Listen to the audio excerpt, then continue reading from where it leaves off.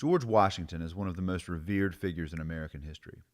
As Commander-in-Chief of the Continental Army, Washington led his troops to one of the most unlikely and world-shaking victories in modern history, and his selection as president of both the Constitutional Convention and the new government design that summer in Philadelphia demonstrate the unmatched faith that the founders had in General Washington. Today, however, we tend to remember Washington more for the positions he held than for the personal qualities that made him a peerless member of the founding generation. But the wisdom left to us by our first president in his farewell address is perhaps more relevant today than ever before. In this episode of The Road to Now, we explain why, in our discussion with Daily Beast editor-in-chief John Avlon about his book Washington's Farewell, The Founding Fathers' Warning to Future Generations. I'm Bob Crawford. I'm Ben Sawyer, and this is The Road to Now. And Bob, we have a great interview today. John Avlon, he's the editor of the Daily Beast, and he's written a new book about Washington's farewell address, one of the most important documents that we have in our history. I've assigned this document in my class ever since I've been teaching American history. It is strange how much it's forgotten and yet how much wisdom is in it. And I think if you look back at our history, oftentimes we look back at Washington as some distant figure, but he's a human being, and he's wise. And this farewell address, we're going to link to it on our website. You should read this to see the wisdom in it. You said Washington is a human being, and that is that idea. Years ago, I had a band with David Childers, and it was called the Over Mountain Men. And I love that band. Thank you so much, Ben. The concept came out of reading about Washington and talking about him coming back from Civil War and coming home to Mount Vernon and getting on his hands and knees and sanding his floors. And that idea of Washington or Jefferson or Madison or any great character, man or woman from American history, being a person like you and I, and as fallible as you and I, and with our same hopes and dreams and disappointments and jealousies and loves and losses. John Avlon really accomplishes the humanizing of Washington at this point in his life when he realizes 2 terms is probably 1 term too many for me. I'm exhausted. I'm tired. My health is failing. My mental I'm just stressed out. I need to go home. I need to go back to Mount Vernon. I want to be surrounded by my farm and my books and be home with Martha. John Avlon does just a great job of bringing you there. He takes you there in this book. I've said this before. I'll say it again. Washington is my favorite president. And I know that's not a big, it's like, the historian loves George Washington. But the man sacrificed, and he sacrificed. At some point when they were going to Yorktown in 1781, he had left in 1775. He had not seen his home in 6 years. All he really wanted to do was go back home and spend time there and be with his family. And he gave all that up because he felt like his country had called him. But he had become such a celebrity in a time when there were no celebrities that it was hard for him to do. This one story that always struck me about Washington from this was towards the end of his administration, he would hear children playing in another room, and he would just want to go in there and hang out, like the old guy hanging out with the kids. But every room he walked into, everyone would stand up in reverence for him. And he had spent his whole life, all he wanted to do was relax, and his work had taken that away from him. I mean, you see this, his last words. I mean, he calls his fellow citizens his friends. These are words written by a person who loved his country and loved enough to give up. And so I really, really hope that after listening to this interview, you'll take the time to read this and appreciate that these founders are human beings and that they are remarkable. John Avlon, welcome to The Road to Now. Great to be with you. John, why this book now? Why write a book about Washington's farewell address at this moment in history? Its message could not be more relevant or urgent. And what was fascinating about the Washington's farewell address as I started digging into it was that it was once regarded as civic scripture. It was the most famous American document for the first 150 years of our republic, more widely reprinted than the Declaration of Independence. And it guided presidents through really tumultuous periods in our history, the Civil War, the debate over entering World War I. And then it faded from sort of the frontal lobe of American politics. But it's this extraordinary document. It's a memo from the first founding father that sums up all his hard-won wisdom from a half century of life and peace and war and public service, studying the failures of democratic republics that came before the United States of America, and encapsulated in a warning to future generations about the forces he felt could destroy our democratic republic. And those warnings really ring true today. I assign this in my classes. I teach U.S. history, and this is one of the documents I've always assigned. And this is really perfect because this is our spring break. And the last document we talked about in my class before spring break was actually this inaugural address. It's an amazing thing. And I tell people they should, instead of listening to what people tell them the Founding Fathers said, they should go read what the Founding Fathers actually said. And when we discuss it in my classes, I always start off by saying, who thinks George Washington's a great American? Everyone raises their hand. And then I say, can anyone tell me why? And they don't really know why. And when you read this document, it's clear why he's one of the greats. This is a beautiful embodiment. And it seems like it comes from a modern perspective, it seems like it comes from another planet. It seems almost like he's a radical in some ways. I mean, he was. Well, certainly he was. I mean, this is the final revolutionary act from the first founding father. He is a president without precedent. He understands that he is setting the model and that the fate of democracy really hangs in the balance, because all the smart money at the time bet that the American experiment would fail. Already the Articles of Confederation, our first incarnation, had failed. And Washington and the Constitution was really it was a break glass. It was a fail-safe moment. When Washington is at the end of his 2 terms, and you really see him as a man in full, he is in physical and psychic pain. He is frustrated by the rise of partisanship. He is deeply troubled by the descent of the French Revolution into a new kind of tyranny. And he really pulls the curtain back, and you see behind this enormously self-monitoring man really passionate concern. One of the precedents he sets is the presidential farewell warning, right? It's not a valedictory victory lap where he talks about all the great things we've done. He sets the model of presidential farewells being warnings to future generations. And just when you drill into it, he's an independent president, our only independent president, not a member of a political party by principle. And he's really warning about the rise of what we would call hyperpartisanship. He's warning about the dangers of excessive debt, a force that has always toppled empires, and the dangers of foreign wars and foreign entanglements, particularly with regard to foreign powers trying to influence and undermine our democracy. All these are ripped from the headlines right now, and they contain the ability to also reunite the nation, because his warnings and his solutions don't follow any one political path. So it's this foundational wisdom. It's an articulation of first principles. But because he's trying to mediate, he's trying to find a wise balance between individual liberty and generational responsibility, it comes across as revelatory right now, because we're faced with so many false choices, and that perspective is the thing we have least of in our politics. And this is Moses, man. I mean, this is the original Old Testament to American politics. Yes, it's something that's really interesting. You mentioned that the farewell address is Old Testament, and then you kind of refer that the Gettysburg Address is New Testament. Yeah, I think it's absolutely true. It's kind of amazing to reflect upon the fact that in the wake of the Civil War, Washington's farewell address was taught in America's public schools as a means of reuniting the nation. But this is a 6,000-word address. It can be a heavy lift, and yet students memorized it the way that we today still memorize the Gettysburg Address. And as it fades in American politics, the Gettysburg Address is ascendant. And the metaphor is sort of rooted in this. The farewell address is this rules of behavior dispatched by a distant God. The Gettysburg Address, really quite literally, is a poetic rumination on the promise of life after death. So the metaphor works. And the fact that the Gettysburg Address is only 272 words, of course, makes it infinitely easier to memorize and much more accessible. I think as Americans, we oftentimes look at George Washington as, of course, he was the president. No one really, I think, appreciates that when Washington became president, I mean, one, he didn't want to at all. And two, it's a job no one had ever done before. It's a job that's vague in the Constitution. And he comes to define so many modes of behavior for the president.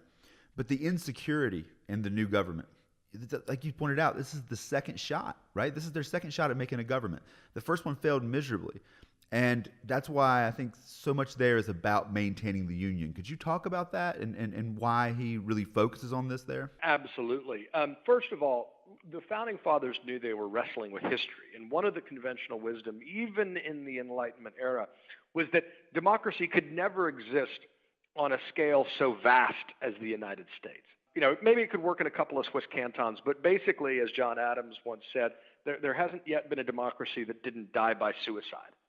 And here we were, only 20 years after the Declaration of Independence. And, when we study history, it can be comforting because we know how it all turned out. But it's really important to put yourself in the mindset of the people at the time and to realize that they were surrounded by examples of failure. Not for nothing that The Decline and Fall of the Roman Empire was a contemporary bestseller. And the Founding Fathers were obsessed with ancient Greece and Rome and these republics and republican virtue, mostly to try to consciously learn from history so that we would not repeat their mistakes. And Washington was particularly sensitive to sectional and regional divisions. And he didn't only lay out warnings.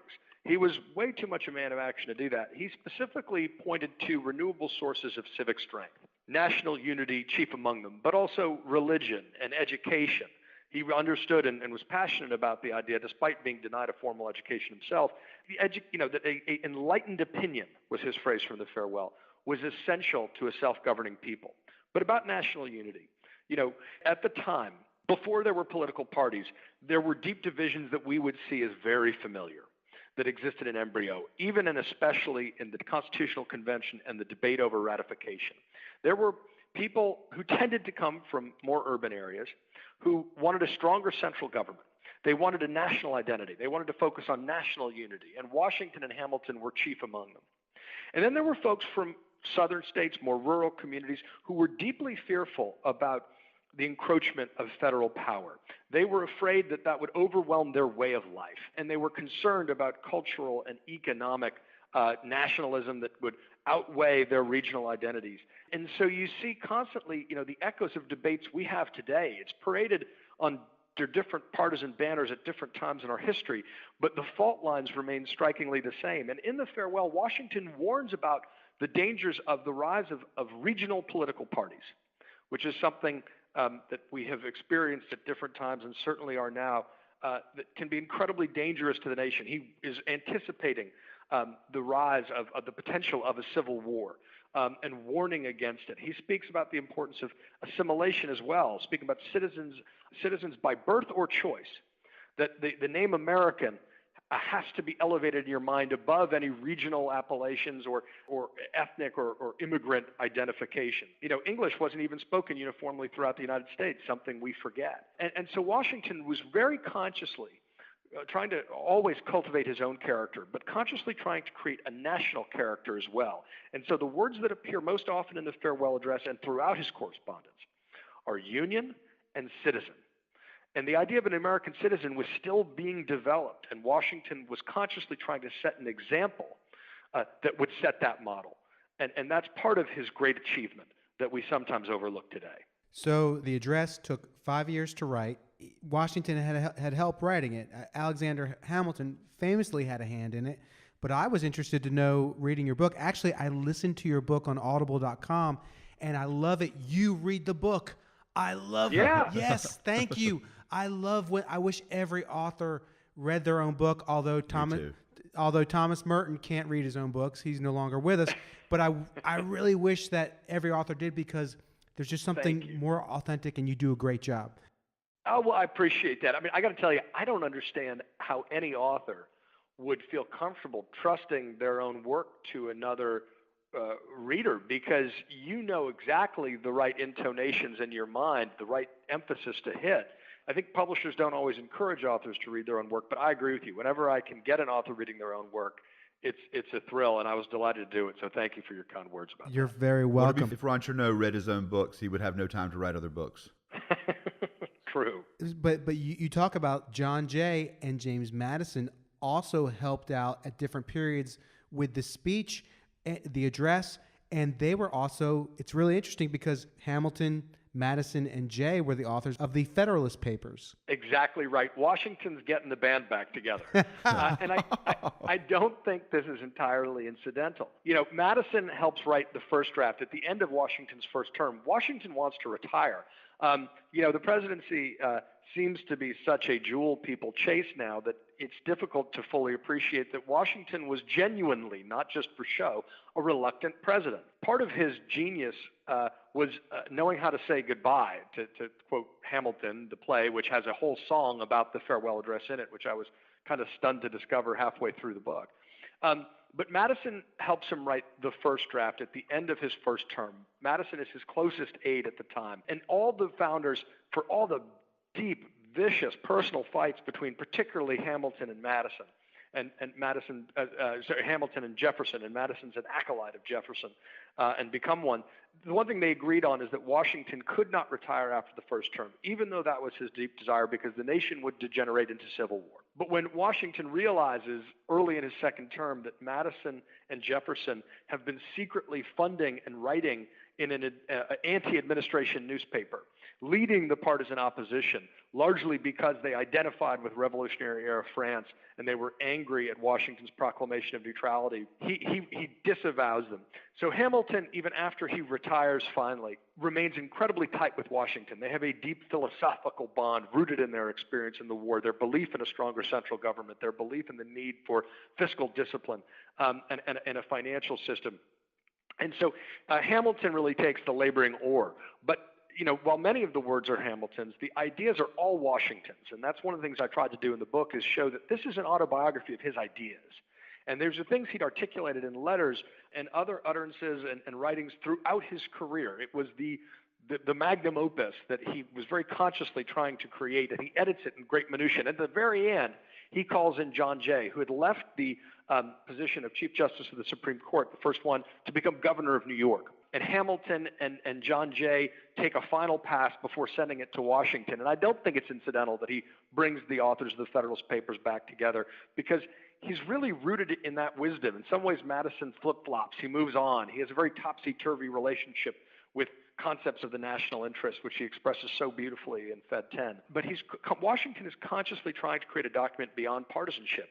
And he chooses to publish it in a newspaper, the American Daily Advertiser. But he notably chooses not to publish it in a partisan newspaper, including pro-administration, pro-Washington newspapers. He goes for a more independent-minded newspaper, and I think that speaks a great deal to his intentions as well. We'll be right back with more of The Road to Now. But first, this month we're joining podcasts everywhere and spreading the word about how great and free podcasts are. To do that, we encourage you to find someone you know and show them how to download a podcast. It's that easy. Also, you can go to social media and use the hashtag Tripod to tell us your favorite podcast. It doesn't have to be this one, but we would not mind if it was. That's the hashtag Tripod, TRYPOD. Bob, what are some of your favorite podcasts? 2 podcasts I recommend to everyone, to all my friends and loved ones, are Decode DC with Jimmy Williams. And what Jimmy does with this podcast is he helps us to understand what's going on in DC and how it affects all of our lives. Another one is My History Can Beat Up Your Politics with Bruce Carlson. Bruce, I like to say, has a photographic memory, because everything he reads, I feel like this guy can remember anything he reads, any information he takes in. It's at his disposal. He can riff on any American historical figure, any moment in history. He can just, you just say, hey, Chester A. Arthur, and he can just go. He can just go tell you all about them. So those are podcasts that I think everyone should try out. And we'd like to thank everyone for listening to ours. And that relationship with Hamilton and Washington, that had been since the Revolutionary War, right? I mean, Hamilton had become essentially the scribe for Washington and could write almost the same as Washington wrote, for decades before they actually wrote this. That's right. And, back in an earlier incarnation of my life, I was a speechwriter for New York City Mayor Rudy Giuliani. And so I have an understanding of how those relationships work. And Hamilton was a young man, really in charge of correspondence in General Washington's camp, and became quickly invaluable. He was a quick writer, but he also really was able to achieve a mind meld with the president, or with the general at the time, and later the president. And, people don't also appreciate the Revolutionary War. People know about Valley Forge. But I don't think they fully appreciate how much, for example, the weak and ineffectual and largely impotent Continental Congress was a huge millstone around the neck of the Continental Army. The way that economic warfare was being waged as well, and the lack of a strong fiscal policy in the breakaway states almost sunk the Army. They didn't have enough money for bullets or shoes. And so Washington and Hamilton really developed this deep belief together in the need for a stronger central government, in the need for a fiscal policy that can be stable and predictable and help create a backbone for the new nation. So that revolutionary experience when they're both younger men really creates the common bonds between them philosophically that are expressed when Washington becomes president and Alexander Hamilton becomes Treasury Secretary, but functions really as a chief of staff as well. And that extends through their partnership in the farewell address. Lin-Manuel Miranda, the playwright who wrote Hamilton and starred in it, I interviewed him for the book at the very end. He had a beautiful metaphor for how he set up the song One Last Time, which is about the farewell. He said, that Hamilton delivers the lines in prose and Washington elevates it by virtue of embodying it. He sings it. And that, I think, expresses beautifully their relationship over the course of their time, but especially in the farewell address. There's a connection between this farewell address and Washington's farewell address when he resigned his commission as general of the Continental Army. Can you talk about the similarities in those two speeches? And this is a fascinating thing as you're tracking the evolution of Washington's ideas. At the end of the Revolutionary War, Washington is up in Newburgh, New York, and he decides, as he resigns his commission, which is the move that guarantees his greatness, that he's going to write what is known as a circular letter to the states. And it was known as Washington's legacy and as Washington's farewell address at the time. And it was famed because he was walking away from power. And every other revolution, ultimately the liberty was usurped by the leader of the revolution, who became a new kind of tyrant. And Washington here is walking away from power, but he says, before I do, let me write down some thoughts for you about our new republic. It's a time of great celebration, but Washington really calls it a time of crisis, because now it's up to the American people to make good on the opportunity they've been given.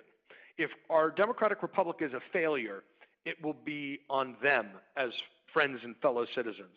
And so he talks about the dangers of what we would call hyperpartisanship, what they would call faction. He talks about the importance of fiscal discipline.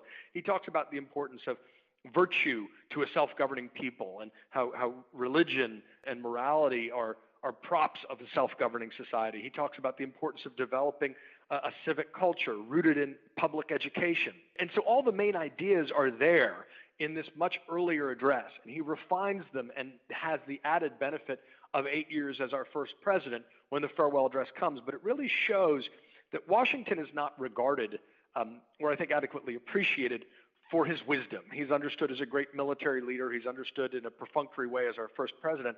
But I think his own wisdom is often underappreciated. And that's what you see, is that he wasn't simply a mouthpiece for Hamilton's words or policy ideas. He had his own ideas. And while he was deeply insecure in a fascinating way about his ability to serve as a statesman, he really loved being a farmer. He loved being a general. He was confident in those regards. But he had his own ideas, and they were hard-won, and they really are the first principal foundation for our entire American philosophy of government. It's a philosophy of independence, and that's what he's expressing. To really understand what's great about Washington, it's that he's not corrupted by power, and that he constantly, like you said, resigning his post of the Continental Army and then coming to be the president and stepping down after 2 terms. As you said, how many revolutions at that point and thereafter became tyrannies? The French Revolution ends in Napoleon, the Russian Revolution ends in Stalin, and they all start with wonderful humanitarian rhetoric about how everyone's equal and everyone should be, treated better. And so I think the big takeaway from Washington, or at least to me, why I admire him so much. Now, the second thing about Washington I love is his humility, and I wanted to ask you about this, because in almost all of his documents, he starts off by saying, "I'm probably not good enough to do this. I'm going to try really hard, but I don't know if I can do this." And some people have, I've always admired his humility, but I've heard some people say that he just is really good at managing expectations. What do you think about that? Sure. Let me start with the second first. I mean, that's a fascinating sort of managerial culture projection upon what I think was his honest and genuine humility. It's perhaps hard to appreciate given our political culture today, but humility and moderation and virtue were considered enormous assets to a leader, particularly a lowercase r Republican leader, because everything else had the trappings of monarchy, the arrogance, the imperiousness, the literal sense of entitlement. And Washington, this was not just a pose for him. If you look at his edits in the Farewell, one of the fascinating things is he writes in the margins, and he's making these very minute edits. He's conscious of how history might misinterpret his words. And in some cases, he strikes out fascinating ideas. For example, the danger of luxury. If the country grows too attached to luxury, will we weaken? Will it weaken our resolve, our character, our strength, our independence? And he'll edit these things out, and he'll write things like, not sufficiently important, or might be seen as impugned as false modesty. He's even aware that people might misinterpret certain genuinely modest statements by him as false modesty. So he's very conscious of his reputation, but it's rooted in reality. He's not a P.T. Barnum figure at all. He's very genuinely modest. And the larger point you're making is the critical one to my ears and eyes. Not only was the revolution and the success of the American experiment far from a foregone conclusion, and of course it's revived and continued by each generation. None of this is guaranteed. That's part of the point, that we have to step up, and it's a sacred trust we've inherited. And if we become civically lazy, it can erode very quickly. But the trajectory of revolutions, particularly attempts to create democratic republics, had always ended in failure. And the failure of the British Civil War, not only the tragedies that led to it, but the usurpation of power, and that was very fresh in mind. And Jefferson, who has a very contentious relationship to Washington, writes after the revolution in a quote that is the epigraph for the book, because I think it sums up the big idea. And I'll read from it to you. The moderation and virtue of a single character probably prevented this revolution from being closed, as most others have been, by a subversion of the liberty it was intended to establish. Moderation, virtue, character. These are old ideas. They are words we don't adequately value in politics and civics today. But Washington was the exception. When George III, the King of England, heard that he was going to resign his commission after winning the Revolutionary War, he blurted out allegedly, my God, if he does that, he'll be the greatest man in the world. That was unheard of. And then to leave power, leave the presidency after 2 terms, that was itself a revolution and a revelation. America was not going to go down that typical path. But the key virtues that we don't adequately appreciate today in politics and civics are moderation and virtue and character. And Washington sets that standard that sustained us for so long, and we need to relearn the wisdom of those virtues. We really do. One of the big things Washington hammers away at in the farewell address is beware of foreign entanglements. How do we interpret that today, and how do we change course to show that we can learn from Washington today? Well, I do think we need to relearn the lessons of Washington's farewell, and keeping in mind that they're not rigid strictures. The phrase that is often most attributed to Washington's farewell, if any, is entangling alliances. That phrase does not appear in the farewell address. That's actually Jefferson, who comes to echo Washington in his own first inaugural after fighting him on policy for years. But Washington was trying to create a political philosophy of independence, and he warns against the dangers of overextension, over getting off center in our politics and our finances and our foreign policy especially.